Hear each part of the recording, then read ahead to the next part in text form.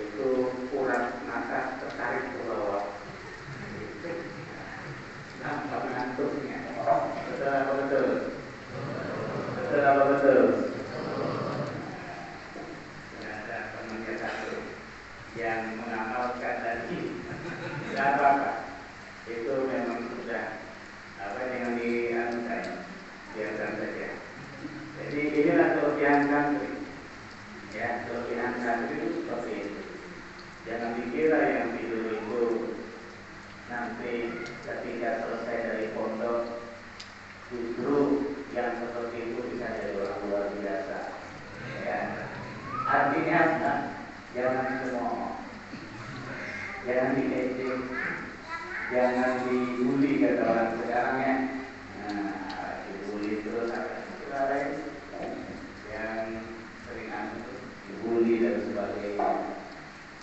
Karena setiap orang, setiap santri punya karakternya masing-masing.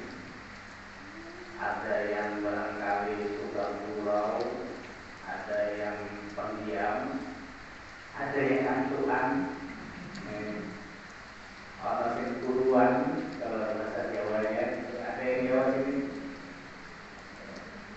Itu beda-beda memang semuanya kan begitu. Jadi, tapi yang penting santri itu dia istiqomah.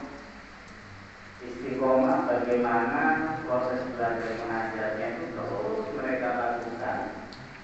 Masalah pinter itu nomor 20. Betul ya? Urusan pinter itu nomor 20. Tapi urusan keistiqomahan itu yang harus benar-benar dilakukan, dilalui oleh setiap santri. Karena kan ada makalah ya, al-istiqomah itu khairun dan alfi karomah. Istiqomah itu lebih baik daripada 1000 karomah. Ya mungkin santri satu hari kuatnya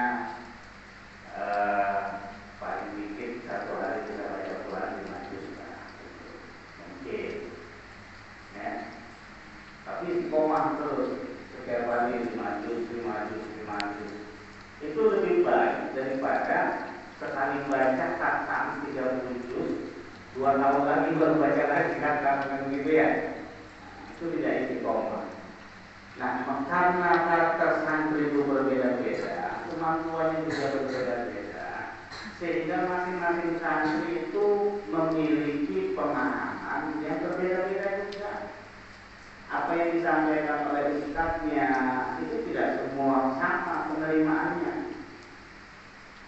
Ada yang A+, ada yang amin, ada yang A saja, misalnya dalam konteks penerimaan informasi dari ustadznya.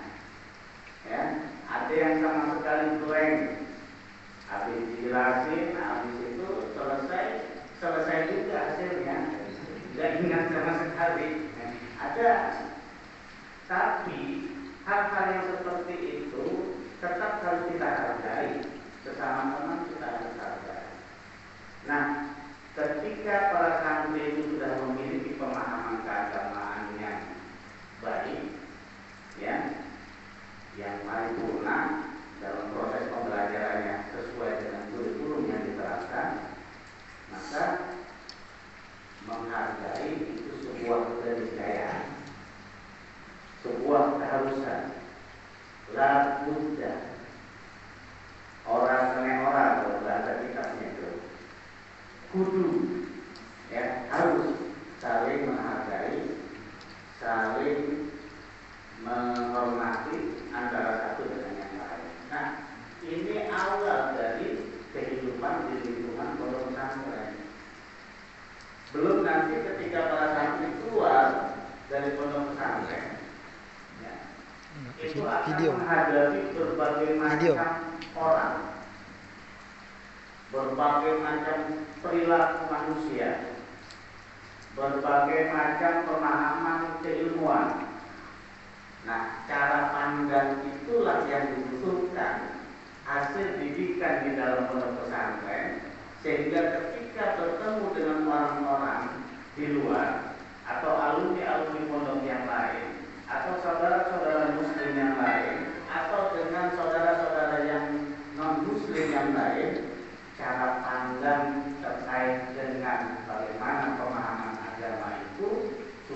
bisa diterapkan. Paham maksud saya? Paham tuh? Paham tuh? Argentina, Argentina. Ya. Jadi itu cara pandang keagamaan. Karena konsep agama itu menanamkan jati diri pertama keimanan kita kepada Allah. Itu mutlak itu. Ya, mutlak. Sesama muslim tetap konsep utamanya adalah iman kepada Allah. Ya, kan? Kemudian konsep keduanya equilibrium, keseimbangan. Kemudian yang ketiga kehendak bebas. Artinya apa?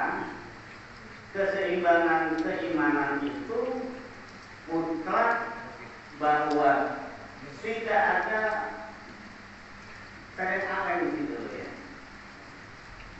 Seorang muslim ketika dia sudah menyatakan dirinya dengan mengucapkan kalimat syahadat la ilaha illallah, maka dia sudah buat memorandum of understanding, kontrak kerjasama keimanan kepada Allah. Nah, kemudian keseimbangan, bahwa setiap apa yang kita lakukan itu tidak boleh berat sebelah. Tawasul, iktidal, itu adalah konsep yang diajarkan oleh ulama-ulama kita dalam memahami perbedaan pendapat. Keseimbangan dalam kehidupan sehari-hari. Kenapa sih pohon-pohon di hutan tidak boleh ditebangi? Karena dia menyimpan air, ya kan? Kemudian air yang dia simpan, kenapa rata-rata di bawah di bawah gunung ya, di bawah bukit yang menjelang ke laut, itu airnya tidak payau, tapi baik, bagus. Kenapa? Karena pohon yang menyimpan air itu dapat menahan air laut yang asin masuk kepada simpanan air sehingga tidak menjadi payau atau bahkan asin. Tapi coba pohon ditebangi, hutan-hutan gundul, gunung-gunung gundul, sehingga ketika hujan turun tidak menahannya sampai ke bawah dasar. Akhirnya air tanah kalah dengan air laut, sehingga terjadilah air tanah itu menjadi payau atau bahkan asin. Nah, ini ada hubungan keseimbangan yang harus dilakukan dalam kehidupan sehari-hari terkait dengan menjaga keseimbangan ekosistem dan sebagainya. Nah, demikian juga terkait bagaimana santri bisa memahami cara pandang keberagaman terhadap pemahaman keagamaan di internal muslim. Ya, contoh di sini kalau sholat subuhnya Ustaz pakai kunut atau tidak? Pakai? Oh tidak. Nah, di sini sholat subuhnya tidak pakai kunut.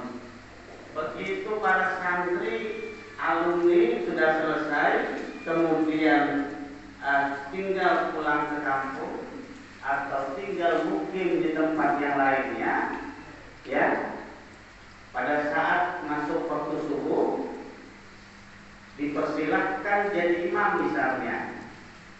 Padahal masjid itu misalnya pakai kunut, tidak bertanya terlebih dahulu kepada ustaz yang ada di masjid itu, kemudian menjadi imam tanpa menggunakan kunut. Akhirnya jamaah yang pakai kunut jadi bubar, bisa jadi seperti itu, ya kan?